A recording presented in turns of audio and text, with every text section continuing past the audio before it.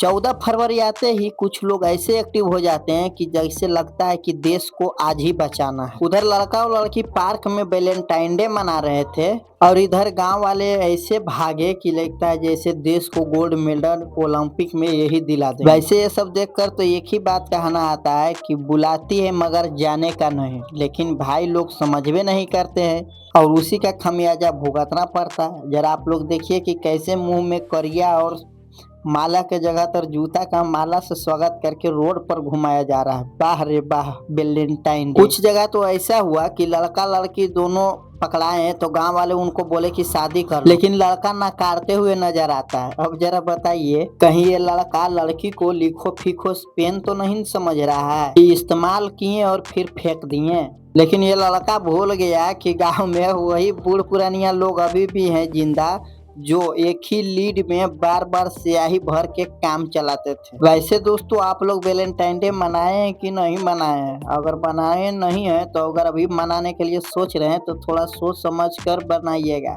वरना चट मंगनी पट बिया हो जाएगा भैया आपका भी।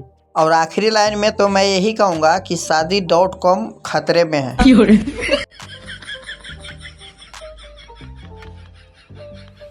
उपमा दामरा चटनी बना दामरा गद्दी पापा हम का क्या ना कर बोलेगा ये ना यार तूने कही रे गौरा नहीं सुनती लड़की तुम गोड़ लगो लड़का के ले तू घुमा चटनी यार लागलो ने दू है ने लागलो गांव मामा के अब जो लागलो बात के दाखिल हो जाएंगे ये सब